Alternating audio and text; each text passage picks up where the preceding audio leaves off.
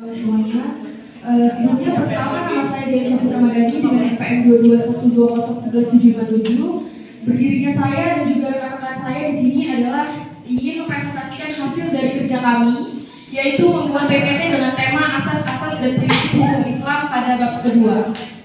Baiklah, untuk mempersingkat waktu langsung saja dengan materi yang pertama, yaitu pengertian asas-asas. Mohon maaf sebelumnya, perkenalkan ini anggota kelompok dari kelompok kami.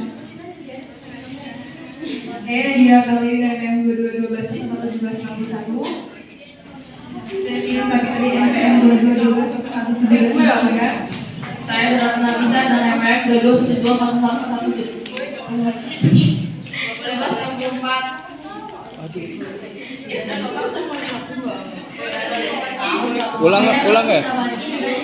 212111178. Saya Tiara Utami dengan NPM 2212011754. Saya sama Bapak Dulari Bukan 2212111753. Baiklah teman-teman semuanya, untuk mempersingkat waktu langsung saja kami persilakan kepada rekan kami Nadia untuk menjelaskan pengertian asas-asas hukum Islam. Dipersilakan.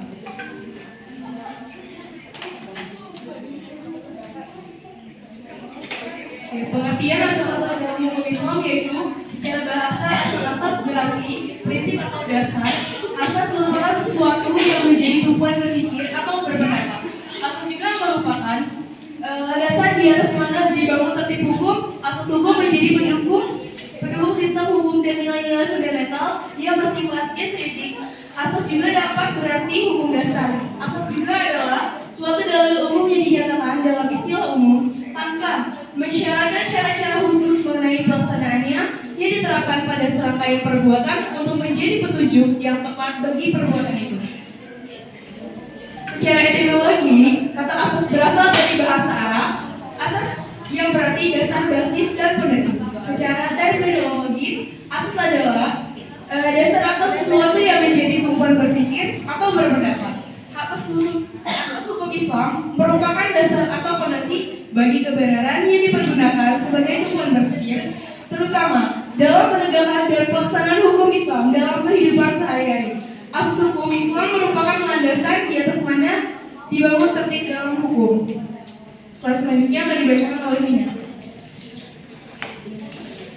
Yang B yaitu asas-asas hukum Islam. Berikut ini asas-asas hukum Islam yang dijelaskan dalam laporan tim kajian hukum Islam Badan Pembinaan Hukum Nasional Departemen Kehakiman tahun 1983/1984 terdiri dari 3 asas umum, yaitu asas keadilan, asas kepastian hukum, dan asas kemanfaatan. Asas keadilan merupakan asas terpenting dalam penegakan hukum Islam. Hal ini disebabkan karena keberhasilan sebuah hukum tergantung pada integritas para penegak hukum dan masyarakat dalam menegakkan keadilan. Keadilan adalah asas titik tolak proses dan sasaran hukum Islam. Dalam konteks ini, keadilan harus ditegakkan tanpa pandang bulu baik terhadap orang kaya maupun miskin, terhadap muslim maupun non-muslim, dan terhadap penguasa maupun rakyat biasa. Yang B yaitu asas kepastian hukum, menyatakan bahwa tidak ada suatu perbuatan dapat dihukum kecuali berdasarkan ketentuan hukum atau peraturan perundang-undangan yang sudah berlaku dan ada untuk perbuatan tersebut. Dalam konteks ini, asas kepastian hukum menuntut adanya ketentuan hukum yang jelas dan pasti, sehingga masyarakat dapat memahami dan mengikuti aturan yang berlaku. Yang C yaitu asas kemanfaatan, merupakan asas yang melengkapi penegakan kedua asas di atas. Asas kemanfaatan maksudnya adalah dalam melaksanakan atau menegakkan hukum harus memperhatikan manfaat yang dapat diperoleh oleh masyarakat. Dalam konteks ini, asas kemanfaatan menuntut adanya kebijakan hukum yang dapat memberikan manfaat bagi masyarakat secara umum. Selanjutnya akan dijelaskan oleh Darul.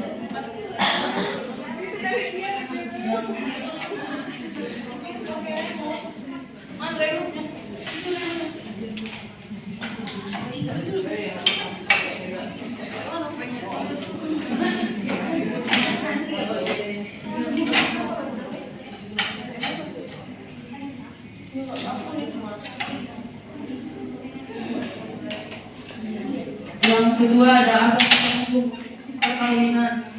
Yang pertama asas kesukarelaan. Kesukarelaan yang dimaksud di sini bukan hanya untuk calon mempelai wanita dan calon mempelai pria.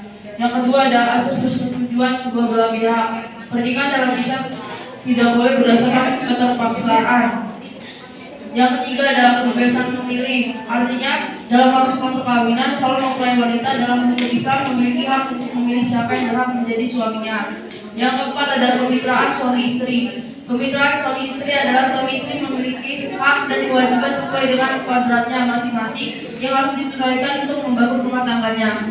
Yang kelima ada untuk selama-lamanya atau asas mempersulit perceraian. Asas ini menunjukkan bahwa perkawinan dalam Islam dilaksanakan untuk kelangsungan keturunan dan membina cinta serta kasih sayang selama hidup. Yang keenam ada monogami terbuka. Seorang muslim dibolehkan untuk boleh beristri lebih dari seorang asal memenuhi semua syarat yang ada. Salah satunya syaratnya adalah berlaku adil. Selanjutnya akan dibacakan oleh Dr. Sista. Yang ketiga ada asas-asas hukum kewarisan. Yang pertama ada bilateral parental. Seseorang menerima hak warisan baik dari keluarga laki-laki maupun keluarga perempuan. Asas ini tidak membedakan garis keturunan, nasab laki-laki dan perempuan dari segi kewarisan. Yang kedua ada ahli waris langsung dan pengganti. Ahli waris langsung adalah ayah, ibu, anak, dan janda atau duda dalam pasal 174 KHI. Yang ketiga ada ijabri. Saat seseorang meninggal dunia, kerabat yang disebabkan adanya pertalian darah atau perkawinan secara langsung menjadi ahli waris karena tidak ada hak lagi kerabat tersebut untuk berpikir apakah ia akan menerima atau menolak sebagai ahli waris. Yang keempat ada individual.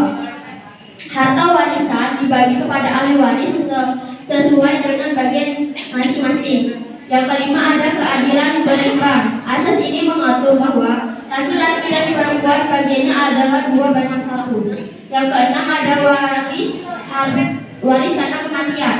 Peradilan hak kebendaan berlaku setelah pewaris meninggal dunia. Yang ketujuh ada hubungan nasab dan hubungan perkawinan. Proses pewarisan hanya dapat dilakukan oleh orang-orang yang memiliki hubungan darah yang lahir dari perkawinan sah dengan pewaris. Akibat perkawinannya, subah dan atas pengakuan anak melalui istihaq atau anak temuan yang tidak diketahui nasabnya. Terus selanjutnya ada wasiat wajibah. Anak angkat dan ayah angkat dapat secara timbal balik melakukan wasiat tentang harta masing-masing. Selanjutnya ada egaliter. Kerabat karena hubungan darah yang memeluk agama selain Islam mendapat wasiat wajibah maksimal 13 bagian dan tidak boleh melebihi bagian wali ahli waris yang sederajat dengannya. Selanjutnya akan dibacakan oleh Jaja. Baiklah teman-teman, selanjutnya yaitu ada asas-asas hukum muamalah khusus. Pada asas ini ada 18. Yang pertama yaitu asas kebolehan atau mubah. Selanjutnya ada asas kemaslahatan hidup, ada asas kebebasan dan kesukarelaan. Selanjutnya ada asas menolak mudarat dan mengambil manfaat hubungan keperdataan. Selanjutnya ada asas kebajikan, ada asas kekeluargaan dan kebersamaan, asas adil dan berimbang, asas mendahulukan kewajiban dan hak, asas larangan merugikan diri sendiri atau orang lain, asas kemampuan berbuat atau bertindak, asas kebebasan berusaha, asas mendapatkan hak usaha dan jasa, asas perlindungan dan hak, asas hak milik dan berfungsi sosial, asas yang beritikat baik harus dilindungi, asas risiko, asas mengatur dan memberi petunjuk, dan yang terakhir ada asas tertulis atau diucapkan di depan saksi. Selanjutnya akan dibacakan oleh Tiara. Selanjutnya ada prinsip-prinsip dalam hukum Islam. Seperti yang sudah dijabarkan di atas mulai asas hukum Islam, berikut ini terdapat prinsip-prinsip hukum di dalam Islam. Jadi yang pertama itu ada prinsip tauhid. Prinsip ini adalah prinsip yang paling umum di hukum Islam. Jadi prinsip tauhid ini secara garis besar menjelaskan bahwa semua umat manusia itu, khususnya orang muslim, berada di bawah satu ketetapan yang sama. Berarti tidak ada yang membeda-bedakan antara manusia yang satu dengan manusia yang lainnya. Semua itu berada di bawah naungan kalimat tauhid yang terlafaz la ilaha illallah, artinya tidak ada Tuhan selain Allah. Yang kedua itu ada prinsip keadilan. Jadi yang dimaksud dari prinsip keadilan adalah kita sebagai umat muslim diperintahkan oleh Allah SWT untuk selalu bersikap adil dalam mengambil sebuah keputusan yang menyangkut dalam segala hal, baik itu urusan pribadi ataupun bukan.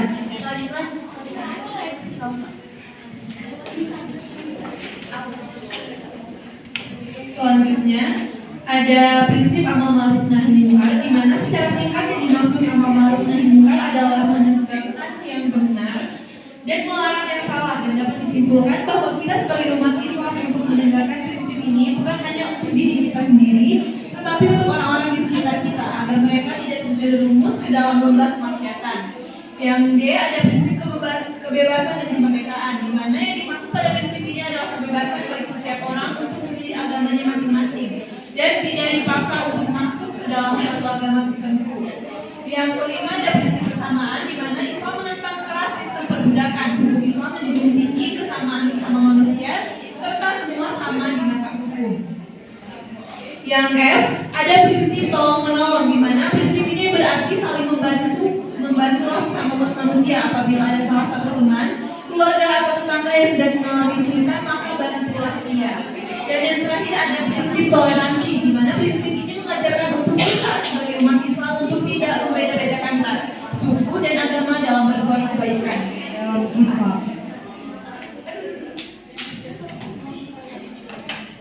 Baiklah teman-teman semuanya, mungkin itu saja yang dapat kami sampaikan.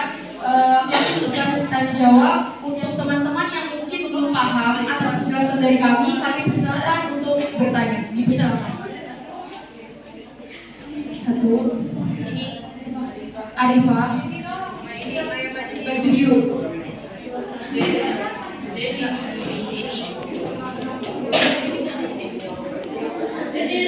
Sebelumnya perkenalkan saya itu Vanessa Zaki Syafriwanger.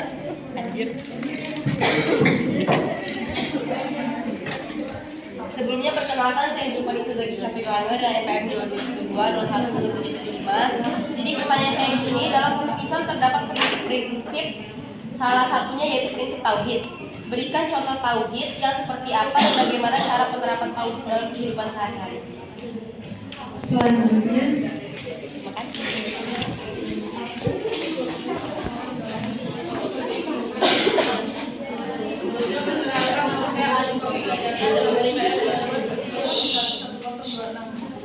Pertanyaannya, bagaimana asas-asas hukum Islam seperti kemaslahatan, keadilan, dan maqasid al-syariah diaplikasikan dalam penafsiran dan konteks dan penerapan hukum Islam pada konteks kekinian, khususnya dalam menghadapi perubahan sosial.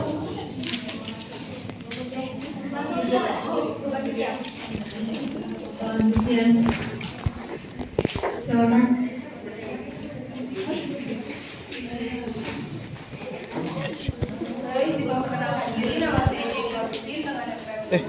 Ke Zoom. Tadi kan membahas tentang prinsip-prinsip dalam hukum Islam. Prinsip apa saja yang harus diperhatikan dalam muamalah?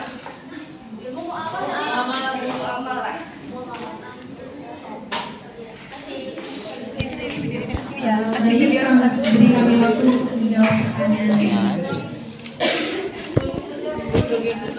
Ini di videoin juga. Iya, dia yang iya.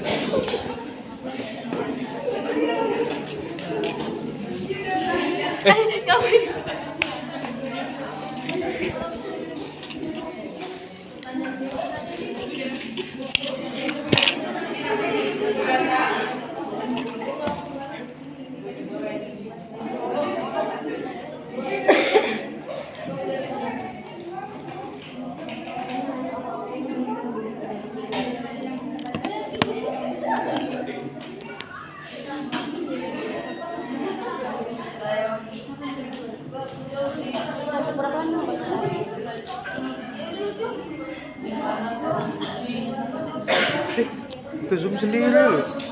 Lucu HP-nya. Baik, di sini saya akan menjawab pertanyaan dari Jenny. Jenny ya? Jenny apa Kak Jenny? Jenny. Dalam prinsip umum terdapat 4 hal. Yang pertama, setiap mualaf pada dasarnya adalah mubah kecuali ada dalil yang mengharamkannya. Yang kedua, mendatangkan kemaslahatan dan menolak kemudaratan.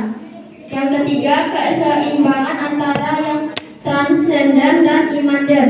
Yang keempat, ada keadilan dengan menyampaikan kezaliman. Apakah cukup? Terima kasih.